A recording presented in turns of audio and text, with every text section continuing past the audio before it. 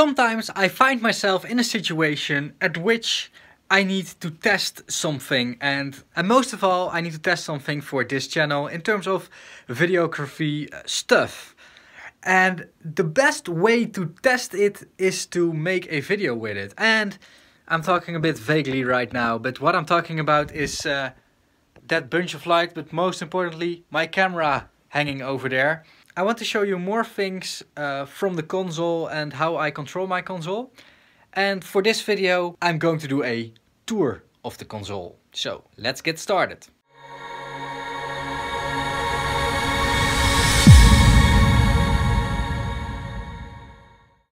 Alright, so what we're looking at here is the Neumann N20 console, the main workhorse of my studio. And let's first do a global overview. So it's a 16 input console. Not all inputs are equipped with EQs because I still need to buy them, or I'm still searching for them because they are all very rare. So the first channel doesn't have an EQ because that one has some issues on it. I actually have an EQ for it. I'm actually having it over here. It's an AEB W395B, but I don't have schematics for it. So if you have schematics, drop me a line. And we have 3 EQs over here, 2 empty channels. They work, but they don't have EQ on it. And then I've got 6 more EQs over here. And then comes the difficult part. I've got 2 more channels over here, so a stereo channel. This is a stereo channel strip. And I also got 2 more channels over here. This is also a stereo channel strip. But those channels all make a total of 16 channels. Then to make it even more confusing, the console has 2 stereo subgroups over here and 2 stereo subgroups over here. These are 2 stereo masters. I know it's very scrambled, but this was the philosophy of Neumann back then, and I actually also don't know why they did it this way, but I chose to leave it like this.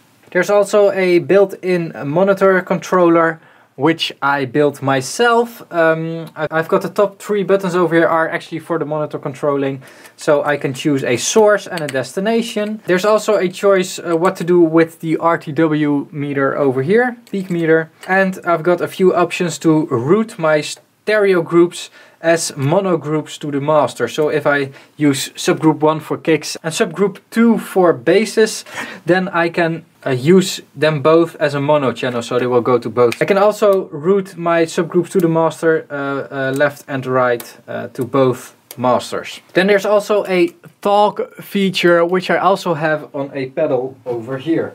So I can still use both hands. The console has 4 AUXes, as you can see over here. We've got the green ones, which are AUX 1 and 2, and the yellow ones, which are AUX 3 and 4. We can all switch them with a small switch for pre-fader and post-fader. We've got panorama, which is stepped, which is really handy, so you can find the center pretty easy. And we've got a few toggle switches over here, which are there. Well, the left side are for our subgroups, and the right side are for our master buses. So you cannot route 1 and 2 to the master and to the 1 and 2 subgroup, which is a bit strange, but I never use it, so it's okay. And then there's another toggle, which is mute for the left and solo for the right. And as you can see, if I enable solo, the rest goes into mute. This is not a default feature on a Neumann console. I built it myself, just as the way that the PFL button also enables the solo for a channel. I did build that myself into the modules with a few relays. Last thing, because this is a broadcasting console, there are also some red lights for faders that are up. It looks freaky, but I don't see the reason why I should use it. There's also a small button over here with a yellow light next to it. It says W, but nobody seems to know what this thing is about. These are the center EQs. They are 2 different types of EQs. Although this one has a white front plate, it's actually completely the same as this one, but there was a certain radio station that only had white consoles in Germany, and that is where this module is coming from. These are W492 EQs from Neumann, and this is the Neumann response on the SSL EQs, the 4000 EQs. They are completely stepless, very smooth, and they do have a proportional Q factor, so the more you boost, the smaller the Q factor gets. They also have a low cutting filter built in. We can set it to 20 Hz, we can set it to 80 Hz, and we can set it to 140 Hz. And of course they are bypassable. And another thing, you can bypass the whole EQ, but you can also bypass every individual band of it. Then the other ones next to it, these are maybe my most favorite EQs out there, the N20 EQ. These are stepped EQs and they are actually pretty hard to rotate. You need to use a bit of force to rotate them, but they sound really as amazing as it is to turn one button. They also have a bypass button on top here. They do have low cutting and high cutting. And the low cutting, we have much more flavors than we have on the W492. We have 50 Hz, 80 Hz, 125 Hz, 200 Hz, 315 Hz, and 500 Hz. For high cutting, we've got 16 kHz, 12.5 kHz, 10 kHz, 8 kHz, 5 kHz, and 3 kHz. These are W495B EQs with very big buttons on it. They are stepped and they are actually mastering EQs. So these are really subtle EQs. You can make really subtle adjustments on it and they sound very, very transparent and neutral. So really great on mastering, but also really great on things like vocals, snares and that kind of stuff. Really round sounding, whereas these ones are actually the opposite. They are really strong. If you do 2 decibels on this one or 2 decibels on this one, it's a whole different story. These one have high shelving and low shelving, and they do have a bell filter in the center, which has adjustable Q factors.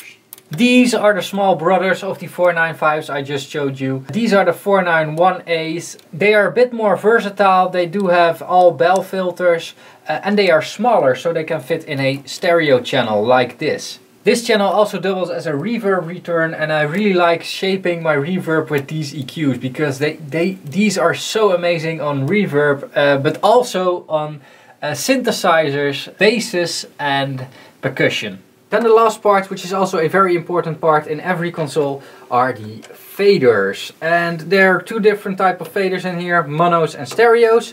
And the stereo faders are exactly the same as the mono faders. There's only one more fader in the module. These faders do have the amplifiers built in that drive the whole console. They are especially made for this console. They are the W444Bs, which are the special ones for the consoles because the height is much smaller, so they can fit in here. So in a way that you can also still put your feet underneath the console. For faders that are 40 years old, they are still very, very smooth running. They are also really decoupled from the outside world, so no mess can fall into the fader. There's actually a plate here and the fader goes around it in order to adjust the volume. Then the last one is the bridge. We've got a speaker over here. It's a bit hard to see, but it's a grill over here with a volume button over here, which is really handy to check your mixes on or to put communication with a client on if you're working online. We got our built-in microphone over here, which actually got a Neumann KM capsule in it, which I sometimes use when I need to calibrate the levels of the console. We got our mono and stereo adjustment module for a monitor controller. I can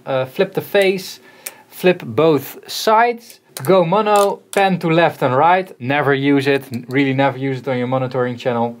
And we can dim the signal, so minus 26 decibels. I also have 3 meters over here. These are to check my subgroups. These 2, I can select the subgroup which I want to measure. And I also have my main ppm in here. And that's it for the tour of my Neumann console. I hope you liked it. Let me know what you think about the images of the overhead shooting, because that was actually the reason why I was making this. Let me know because I've got some cool content coming up with this overhead shooting rig. So let me know in the comments below. Also check out my Patreon campaign, I will link it over here. And check out one of my other videos over here, of course. Thanks a lot for watching this video and I will see you guys again after the weekend. Bye bye.